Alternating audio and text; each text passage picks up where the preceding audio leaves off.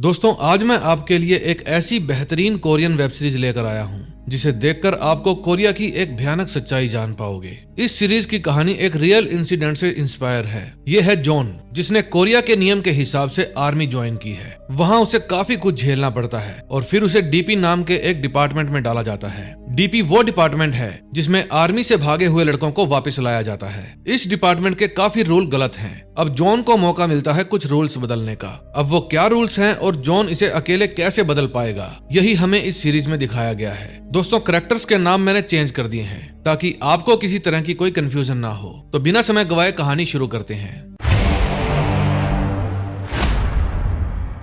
ये है जॉन, जिसे उसका सीनियर लगातार टॉर्चर कर रहा है और जॉन के पीछे एक कील भी लगी हुई है। ये यहाँ कैसे आया शुरू से बताता हूँ। पहले जॉन पिज्जा डिलीवरी का काम किया करता था। एक दिन वो एक घर में पिज्जा लेकर जाता है और डिलीवरी एक बच्चा लेता है। फिर वो जॉन को पैसे देता है। जॉन पिज्जा के पैसे काट कर उसको बचे हुए पैसे वापस दे देता है। फिर जब वो जाने लगता है तो बच्चे की माँ बाहर आती है। वो जॉन पर गुस्सा होने लगती है। वो कहती है कि तुमने बच्चा समझकर इसको बाकी पैसे वापस नहीं दिए, जबकि जॉन कहता है कि मैंने पूरे पैसे वापस कर दिए। लेकिन वो लेडी जॉन पर इल्जाम लगाए जा रही थी। तभी उस लेडी का पति बाहर निकलकर लेडी को अंदर ले जाता है। अब जॉन समझ गया था कि बच्चे ने ही पैसे कहीं छिपा दिए, इसलिए वो वापस जाता है और उनको कहता है कि मैं चोर नहीं हूँ और मैंने आपके पैसे नहीं लिए। अब उसके बाद जब जॉन अपने बॉस के पास जाता है तो उसे पता चलता है कि जॉन की शिकायत उस लेडी ने पहले ही कर दी है। अब जॉन का बॉस उसे नौकरी से निकाल देता है। जॉन कहता है कि वैसे भी मैं कल नौकरी छोड़ने वाला था, फिलहाल आप मेरा हिसाब कर दीजिए। लेकिन उसका बॉस उसे पैसे देने से इनकार कर देता है। ये देखकर जॉन उसका स्कूटर लेकर भाग जाता है और फिर अगले दिन वो एक गैराज वाले को उसे बेच देता है।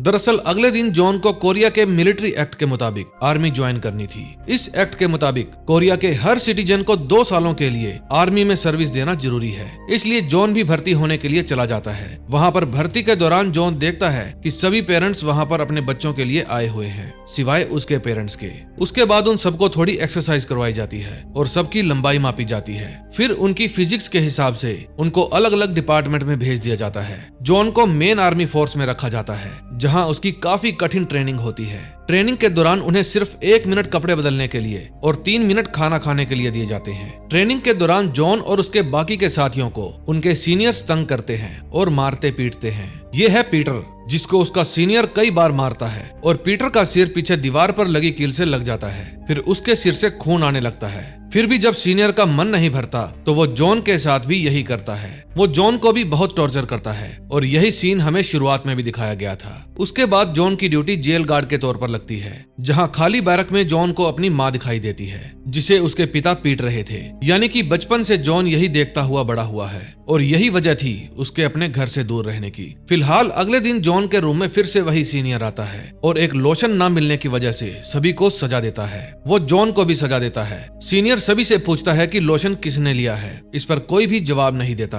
फिर वो सभी को अपने लॉकर चेक करवाने के लिए कहता है। उसे जॉन के लॉकर में उसकी माँ के भेजे हुए खत दिखाई देते हैं, जिन्हें जॉन ने अभी तक खोला भी नहीं था। उसमें से एक लेटर उसका सीनियर पढ़ने लगता है और जॉन की काफी हंसी भी उड़ाता है। वो पहले जॉन को पागल कहता है, फिर उसकी माँ को। फिर जॉन उसे रिक्वेस्ट करते हुए कहता है कि सर प्लीज मेरी माँ को बीच में ना लाइए। ये बात सुनते ही वो सीनियर भड़क जाता है और अपनी गन लाने के लिए कहता है। तभी वहाँ सार्जेंट पार्क आ जाते हैं। ये सब कुछ देखकर वो सीनियर को डांट लगाता है। फिर वो जॉन को इंटरव्यू के लिए बुलाता है। जॉन इंटरव्यू के लिए लाइन में लग जाता है, जो कि पार्क ही ले रहे थे। वो जॉन के पहुंचने पर उससे कुछ बेसिक सवाल पूछता है। तभी उन्हें किसी का मैसेज आता है, इसलिए वो जॉन को वहीं पर रुकने के लिए कहता है और खुद वहां से चला जाता है। अब जॉन को वहीं पर खड़े खड़े शाम हो जाती है, लेकिन अभी तक सार्जेंट पार्क नहीं आए थे। वहाँ जॉन टेबल पर रखी एक फोटो को गौर से देखता है। तभी वहाँ पार्क आ जाते हैं। वो जॉन को वहीं पर खड़ा हुआ देखकर कहते हैं कि तुम अभी तक यहीं हो, अब तुम यहाँ से जा सकते हो। जॉन जाने के लिए मुड़ जाता है पर उसे रहा नहीं जाता।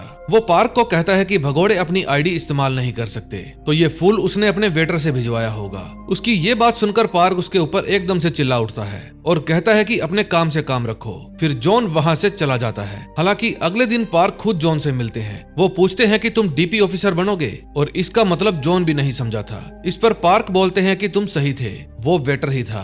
तो बताओ क्या तुम मेरे लिए डीपी ऑफिसर बनकर भगोड़ों को वापस लाने में हेल्प करोगे? और ये बात सुनकर जॉन तुरंत हाँ बोल देता है। असल में डीपी ऑफिसर जोड़ों में काम करते हैं और पार्क को किसी साथी की जरूरत थी। फिर उन्होंने जॉन को रख लिया। अब पार्क जॉन और उसके पार्टनर को एक केस देते हैं जिसके लिए उन्हें शहर में जाना होगा। पार्क दोनों को एक फाइल और फोन देते हैं और उसके बाद जॉन अपने पार्टनर के साथ वहां से रवाना हो जाता है। अब उन्हें एक भगोड़े को पकड़कर लाना था। जॉन शहर पहुंचते ही फाइल ओपन करके मोटल में छानबीन करने के लिए जाने वाला था, लेकिन उसका पार्टनर उसे कहता है कि आज हम इस आजादी को एंजॉय करेंगे और कल उस भगोड़े को ढूंढेंगे। इस पर जॉन कहता है कि अगर वो नहीं मिला तो फिर उसका पार्टनर जवाब देता है कि फिर तो और भी अच्छा है, हमें शहर में रहने का और भी मौका मिलेगा। यानी कि वो किसी तरह से जॉन को राजी कर लेता है और फिर खुद भी पीता है और जॉन को भी पिलाता है। कुछ देर बाद जॉन सिगरेट पीने के लिए बाहर जाता है, तभी एक लड़का उससे लाइटर मांगता है। फिर जॉन उसे लाइटर दे देता है और कहता है कि इसे तुम रख लो, मेरे पास एक और है। फिर जॉन वापस अंदर चला जाता है।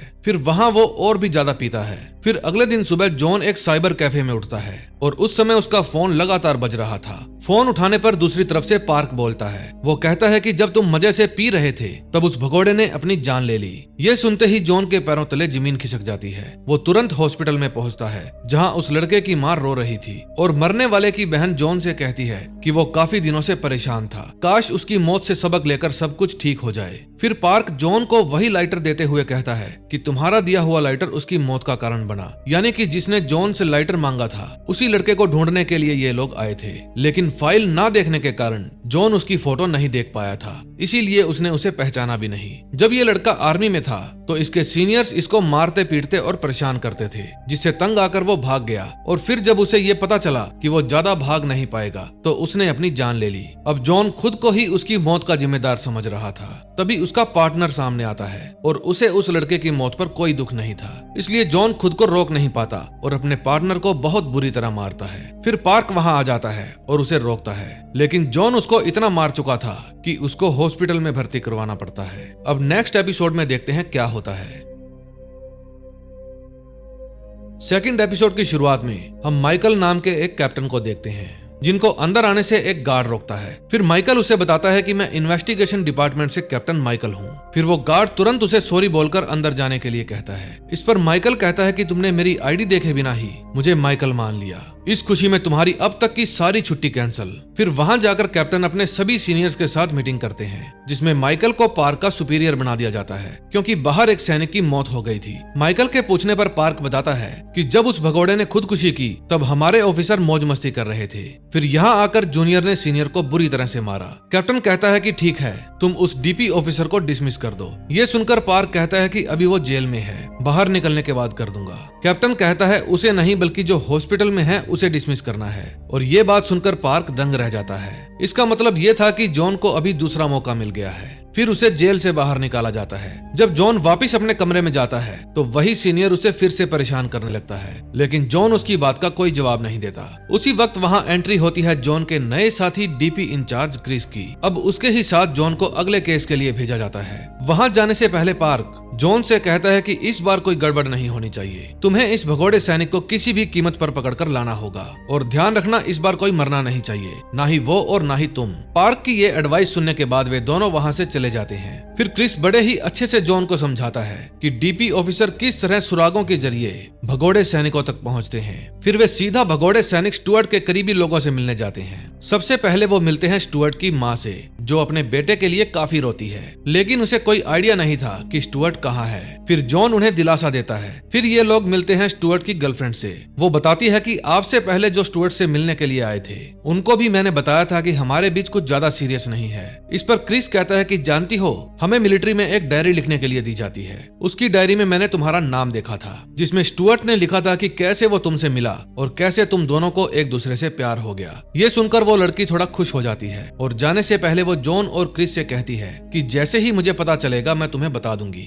इसके बाद ये लोग कई और लोगों से मिलते हैं। फिर उन्हें एक स्टुअर्ट का दोस्त बताता है कि मैंने कल रात उसे एक सबवे स्टेशन के स्टोर में देखा था। ये सारी जानकारी जुटाने के बाद उनके पास पार्क का फोन आता है। वो इनको बताता है कि स्टुअर्ट किस तरह से आर्मी में टॉर्चर किया जाता था। जब भी वो सोता था तो वो खराटे लेता था, इसलिए कुछ लोग उसे मास्क पहनाकर उसमें पानी भर देते थे। उसने पिछली रात आर्मी डेबिट कार्ड से सबवे स्टोर में कुछ शॉपिंग की थी, पर अब वो कहाँ मिलेगा ये जॉन और क्रिस को पता करना था। तभी हम देखते हैं कि जॉन और क्रिस के बीच काफी अच्छी दोस्ती डेवलप हो जाती है। फिर ये लोग साइबर कैफे में स्टुअर्ट के बारे में पता लगाने जाते हैं। फिर वे पार्क से एक और वारंट की डिमांड करते हैं जिसको वो माइकल से बनवा लेता है। फिर कई सबूतों को जोड़ते हुए जॉन दिमाग लगाता है कि स्टुअर्ट रात में किसी आखिरी स्टॉप पर ही देखा गया होगा, यानी कि वो मेट्रो में ही सोता होगा और हर बार वो ट्रेन में ही रह जाता है, इसलिए वो आखिरी स्टॉपेज पर ही दिखाई देता है। फिर इस अंदाजे की हेल्प से जॉन और क्रिस स्टुअर्ट के करीब पहुंच जाते हैं। फिर वे बड़ी ही आसानी से स्टुअर्ट को पकड़ लेते हैं। फिर दोनों पार्क के कहने पर उसे वापस लेकर जाने लगते हैं। तभी जॉन स्टुअर्ट की बात उसकी माँ से करवाता है। वो अपनी माँ से बात करके फूट फूट कर रोने लगता है। अब नेक्स्ट एपिसोड में देखते हैं क्या होता है।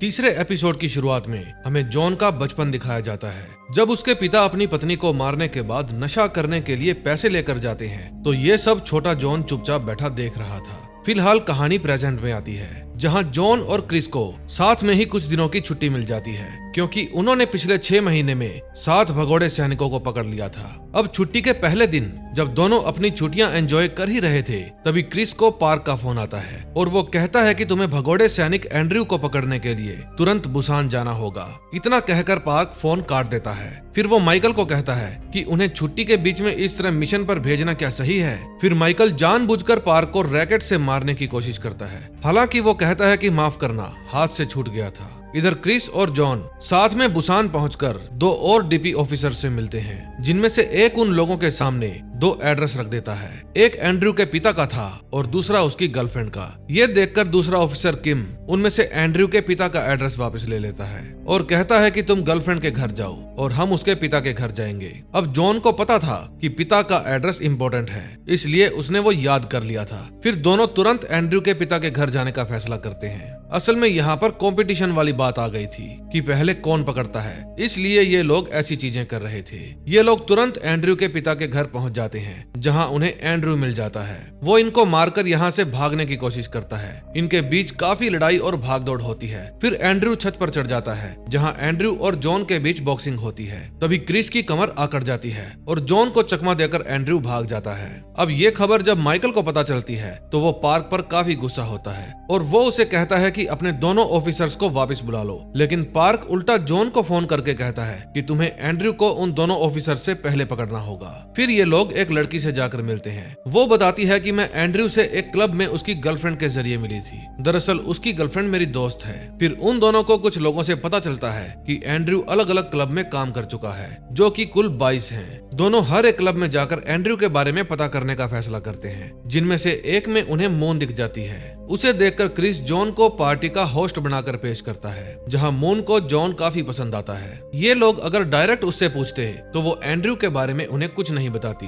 इसीलिए इन्हें ये रास्ता अपनाना पड़ रहा था। क्लब से लौटने के बाद क्रिस जॉन को कहता है कि मैंने पता किया है कि मून जानती है एंड्रयू कहाँ है और एंड्रयू से वो मिलने जरूर जाएगी। अगली सुबह जॉन को आखिर मून का कॉल आ ही जाता है। वो जॉन को बुलाकर कहती है कि मुझे कुछ मदद चाहिए। इस पर जॉन तुरंत उससे मिलने के लिए निकल पड़ता है। असल में मून को पैसे की जरूरत थी, इसीलिए वो जॉन को अपना कजन बताकर अपनी बार के ओनर से पैसे मांगती है। वो कहती है कि मेरे अंकल की तबीयत कुछ ज्यादा ही खराब है, इसीलिए मुझे अपने कजन को ये पैसे देने हैं। लेकिन उसकी बॉस जानती थी कि मून को एंड्रयू को देने के लिए ये पैसे चाहिए, इसीलिए वो कहती है कि तुम्हारी ये चाल मुझ पर नहीं चलेगी। अगर तुम्हें ज्यादा पैसे चाहिए तो कस्टमर्स के साथ सोना शुरू कर दो। ये सुनकर जॉन अचानक से बोल पड़ता है कि पापा का फोन आया है, उन्होंने तुम्हें बुलाया है तुरंत। ये कहकर वो मून को बाहर ले जाता है, जिस पर मून को काफी गुस्सा आ जाता है। फिर जॉन कहता है कि तुम्हें देखकर मुझे किसी की याद आती है और इसीलिए मैं तुम्हारी हेल्प करूंगा। वो क्रिस को फोन करके कहता है कि मैंने एंड्रयू को लगभग पकड़ ही लिया है, बस आप मुझे कुछ पैसे भेज दीजिए। इस वक्त क्रिस एंड्रयू के पिता के साथ बैठा हुआ था। वो किम को फोन लगाता है और कहता है कि अगर तुम्हें एंड्रयू को पकड़ना है तो मेरे बताए हुए अकाउंट में कुछ पैसे भेज दो। जब उन्हें एंड्रयू मिल जाता है तो वो मान जाते हैं। इधर पैसे मिलते ही जॉन मून को दे देता है, जिसके बाद वो अपने रास्ते चली जाती है। असल में वो एंड्रयू के पास ही जा रही थी, जिसका पीछा किम और उसके दोस्त करते हैं। कुछ दूर जाने पर जब एंड्रयू मून से मिलता है तो वो उससे पैसे मांगता है। जब मून उसे कुछ देर रुकने के लिए कहती है तो वो कहता है कि आज नहीं रुक सकता और वो उससे बैग छीनने लगता है। तभी वहाँ किम और उसका दोस्त आ जाता है। वो एंड्रयू को पकड़ने की कोशिश करते हैं, मगर एंड्रयू उन्हें बहुत मारता है। ये देखकर वहाँ जॉन आता है और एंड्रयू को इस बात पर बहुत मारता है। असल में मून को देखकर जॉन को अपनी माँ याद आती थी। वो भी इसी तरह से जॉन के पिता को पैसे दिया करती थी, इसीलिए वो अपनी पूरी भड़ास एंड्रयू के ऊपर निकाल देता है। मगर मून को भी जॉन पर शक हो गया था, इसीलिए उसने एंड्रयू को नकली पैसे दिए थे और एंड्रयू को जानबूझकर पकड़वा भी दिया था। रही बात असली पैसों की, तो वो उन्हें लेकर जा चुकी थी। वो जॉन को फोन करके कहती है कि मुझसे नफरत मत करना।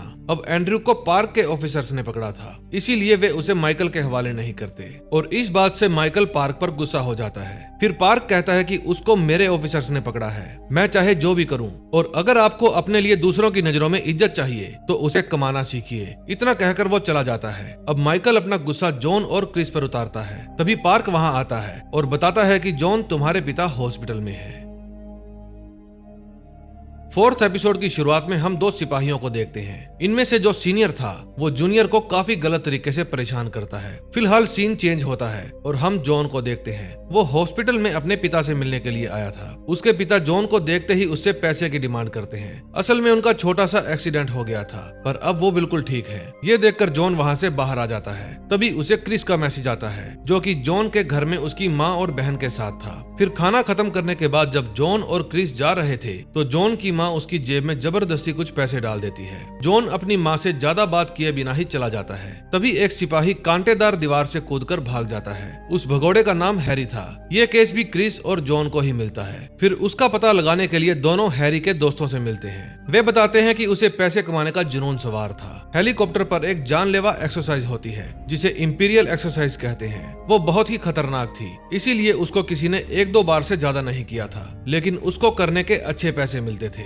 जिस कारण हैरी उसे 4 बार कर चुका था। तभी उनको पता चलता है कि हैरी को बैटिंग करना बहुत पसंद था। उसे आज तक बैटिंग में कोई नहीं हरा पाया था। हैरी अक्सर बैटिंग में 3 दरवाजे में से एक सही दरवाजा चुनने वाला गेम खेलता है। फिर उसके बाद दोनों हैरी की दादी से मिलने जाते हैं। वो क्रिस को ही हैरी समझ लेती है। फिर पूछताछ पर उन्हें वहाँ पर हैरी का कोई पता नहीं चलता। रही बात दादी की, तो उनका एक ऑपरेशन होना बाकी है। दादी ने ही हैरी को पाल पोस कर बड़ा किया है, पर अब उनकी याददाश्त काफी कमजोर हो गई है। क्रिस और जॉन दादी के घर के बाहर खड़े होते हैं। तभी वहाँ कुछ लोग आते हैं और उन्हें हटने के लिए कहते हैं। तभी क्रिस और जॉन उनमें से मोटे वाले आदमी का मजाक बनाकर भाग जाते हैं। फिर यहाँ से जाकर वे दोनों हैरी के कॉलेज के दोस्तों से मिलते हैं। जॉन उससे पूछता है कि क्या हैरी को बैटिंग पसंद थी। इस पर उसका दोस्त कहता है कि वो ऐसा बिल्कुल भी नहीं करता था। फिर जॉन उसी 3 दरवाजे वाले खेल के बारे में पूछता है, जिसे असल में मोंटी हॉल प्रॉब्लम के नाम से जाना जाता है, और वो हैरी को बहुत पसंद था। अब मैं आपको बताता हूँ कि मोंटी हॉल प्रॉब्लम क्या है। इसमें 3 में से एक सही दरवाजा चुनना होता है। मानो कि किसी ने पहला दरवाजा चुना है और वो सही है या गलत, इसकी संभावना 1/3 हो जाती है।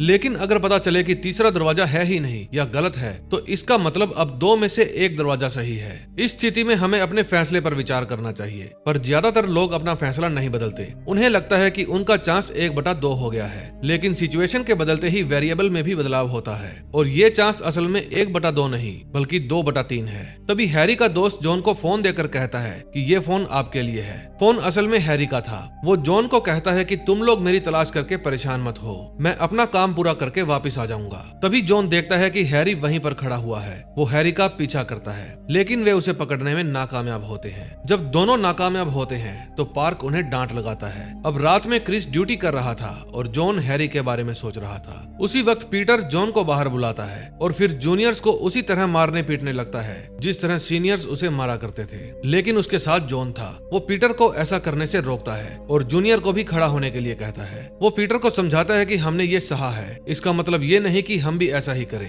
तभी वहाँ पीटर और जॉन का सीनियर आ जाता है। वो आते ही पीटर को काफी मारता है और उसे सजा भी देता है। फिर वो जॉन को एक जूनियर को मारने के लिए कहता है, लेकिन जॉन मना कर देता है। इस पर वो सीनियर जॉन को मारने ही वाला था। तभी वहाँ क्रिस आ जाता है और वो जॉन को पकड़कर अपने साथ कमरे में ले जाता है, और फिर वो ऐसी आवाजें निकालता है जैसे जॉन को मार रहा हो। उनकी आवाजें सुनकर वो सीनियर वहाँ से ये सोचकर चला जाता है कि क्रिस ने उसे अच्छा सबक सिखाया है। उसके जाने के बाद जॉन क्रिस को कहता है कि मुझे पता चल गया है कि हैरी कहाँ हो सकता है। वो कहता है कि पहला दरवाजा जब उसने अपनी दादी के लिए आर्मी ज्वाइन की, दूसरा दरवाजा जब उसे पता चला कि उसकी दादी को हॉस्पिटल में भर्ती करना जरूरी है, और तीसरा दरवाजा मतलब वो अपनी दादी के साथ हॉस्पिटल में रहकर उनकी देखभाल करना चाहता है। मुझे पता है कि वो हमें कहाँ मिलेगा। असल में हैरी उन लोगों को वॉलंटियर कर रहा था। जो कि उनकी बस्ती के कुछ घरों को गिराने वाले थे और उसमें उसकी दादी का भी घर शामिल था। अब उन्हें हॉस्पिटल में भर्ती करने के लिए हैरी को पैसों की जरूरत थी, इसीलिए वो अपने ही घर को गिराने के काम में लगा हुआ था। अब वो पैसे कमाने के साथ साथ दादी के करीब रहकर उनकी भी देखभाल कर सकता था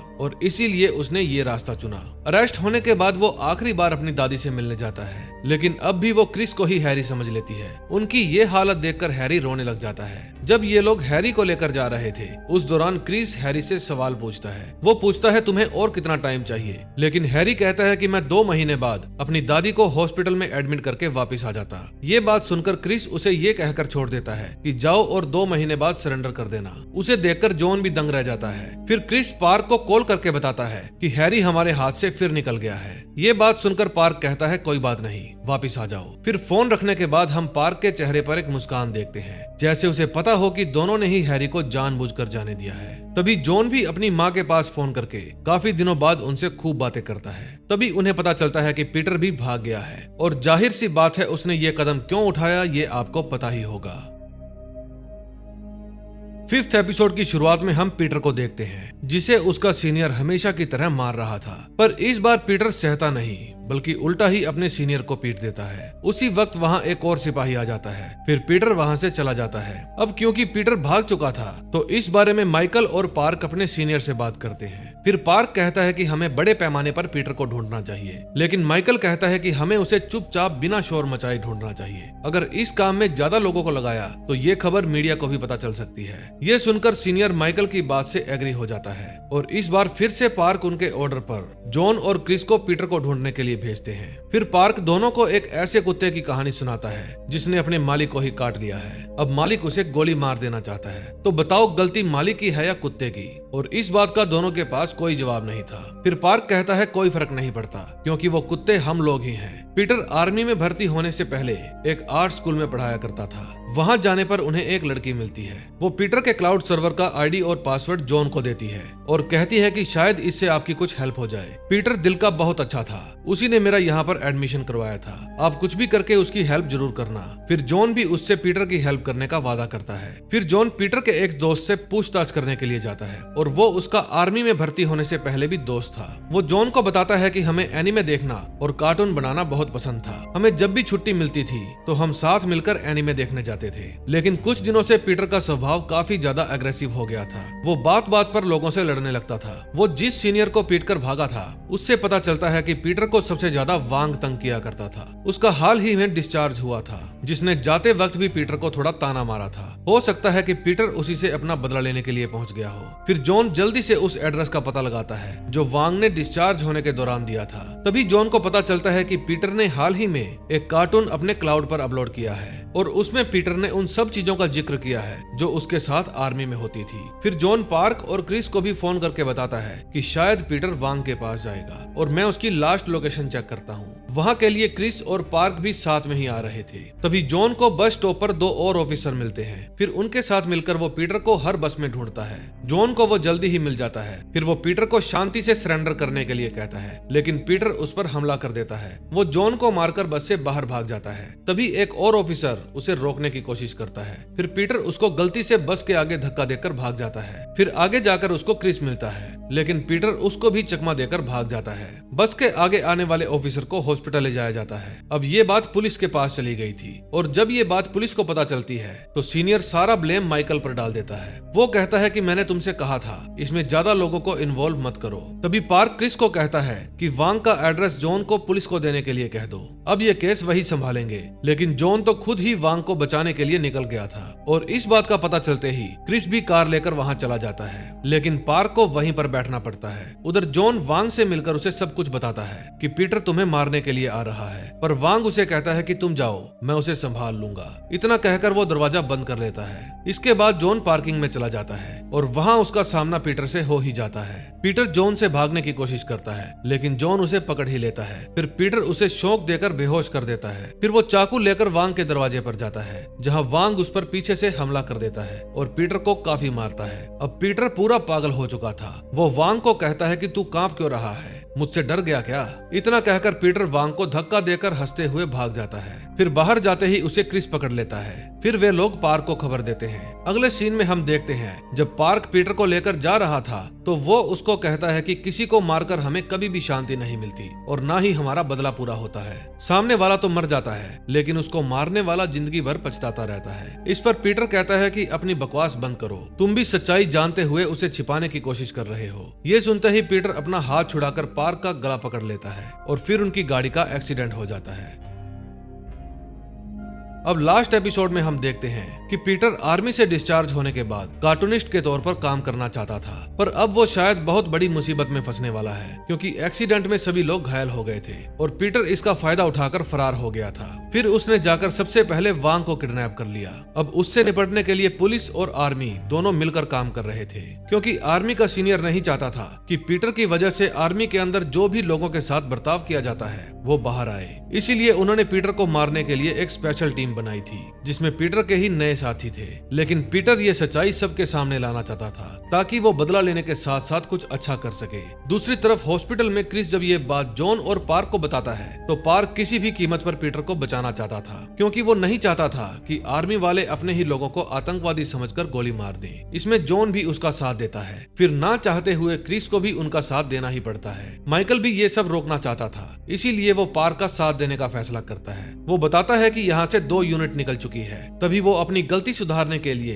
पार्क को वांग के फोन का लोकेशन देता है। तभी पीटर वांग को लेकर एक टनल में चला जाता है। फिर जब वो फोन को ऑन देखता है तो उसे तुरंत तोड़ देता है। फिर वो वांग को लेकर आगे बढ़ता है जहाँ 2 पुलिस वाले उसकी तलाश कर रहे थे। इसी दौरान पार्क, जॉन और क्रिस भी वहाँ पहुँच जाते हैं। इनके साथ साथ फोर्स भी आ चुकी थी, जिसे देखकर पार्क जॉन और क्रिस को अंदर जाने के लिए कहता है और तब तक वो फोर्स को बाहर रोकने का फैसला करता है। दूसरी तरफ वांग खुद को छुड़ाने में कामयाब हो जाता है और वो पीटर को काफी मारता है। तभी वहाँ पर पुलिस वाले भी आ जाते हैं। उन्हें देखकर वांग पीछे हो जाता है। तभी पीटर पुलिस वालों पर हमला कर देता है। मौका देखकर वांग वहाँ से भाग जाता है। फिर वहाँ जॉन अकेला पहुँचता है क्योंकि उसने क्रिस को दूसरे रास्ते से आने के लिए कहा था। वो भी पीटर को रोकने की कोशिश करता है। फिर पीटर दोनों को ही धक्का मारकर गिरा देता है। फिर पीटर पुलिस वाले की गन लेकर दरवाजा बंद करके चला जाता है। बाहर पार्क फोर्स को रोकने की कोशिश कर रहा था। वो अपने सीनियर को समझाने की कोशिश करता है कि वो हमारा ही फौजी है, कोई आतंकवादी नहीं है, लेकिन सीनियर मानने को तैयार ही नहीं था। तभी पीटर फिर से वांग को पकड़ लेता है और उस पर गन तान देता है। ये देखकर वांग रोते हुए उससे माफी मांगता है। उसने जो भी व्यवहार पीटर के साथ किया था उन सब के लिए, लेकिन पीटर उसे माफ करने के मूड में नहीं था। वो जैसे ही वांग पर गोली चलाने वाला था तभी वहाँ क्रिस आकर उसे रोकता है। वो कहता है कि तुम सोच रहे हो कि हम वांग को बचाना चाहते हैं, लेकिन सच तो ये है कि हम तुम्हें बचाना चाहते हैं। इस पर पीटर कहता है कि अब कुछ नहीं हो सकता। ठीक उसी वक्त वहाँ पर जॉन आ जाता है। वो पीटर को कहता है कि तुमने जिस लड़की का आर्ट स्कूल में एडमिशन कराया था वो काफी अच्छा कर रही है। ये सुनकर पीटर रोने लगता है। फिर जब वो दोनों को आगे आते देखता है तो हवा में गोली चला देता है। गोली की आवाज सुनकर पार्क और उसके सीनियर फोर्स के साथ अंदर आकर पीटर को चारों तरफ से घेर लेते हैं। फिर पीटर कहता है कि ये सब कुछ बदलने के लिए किसी को तो कुर्बानी देनी ही पड़ेगी। इतना कहते ही वो खुद को गोली मार लेता है और ये सब देखकर सभी शॉक हो जाते हैं। ये देखकर जॉन काफी ज्यादा रोता है। फिर जल्दी ही सब कुछ नॉर्मल हो जाता है और हमेशा की तरह आर्मी सब कुछ दबाकर पीटर को पागल डिक्लेयर कर देती है। बीते हुए समय के साथ जॉन और कुछ लोगों का नजरिया तो बदल गया था, लेकिन आर्मी के अंदर अभी भी कोई बदलाव नहीं आया था। लास्ट सीन में हम देखते हैं पीटर की वजह से उसके मोटे दोस्त को सीनियर परेशान कर रहे थे और ये देख उसका भी दिमाग फिर जाता है और वो उन सभी लोगों को गोलियों से भून देता है और इसी के साथ सीजन 1 का एंड हो जाता है। दोस्तों, अगर आपको डीपी सीरीज का फर्स्ट सीजन अच्छा लगा हो तो प्लीज वीडियो को लाइक और चैनल को सब्सक्राइब कर देना और अगर रिस्पॉन्स अच्छा रहा तो मैं इसका दूसरा सीजन लेकर जरूर आऊंगा। तो मिलते हैं नए दिन नई स्टोरी के साथ। Till then, bye bye.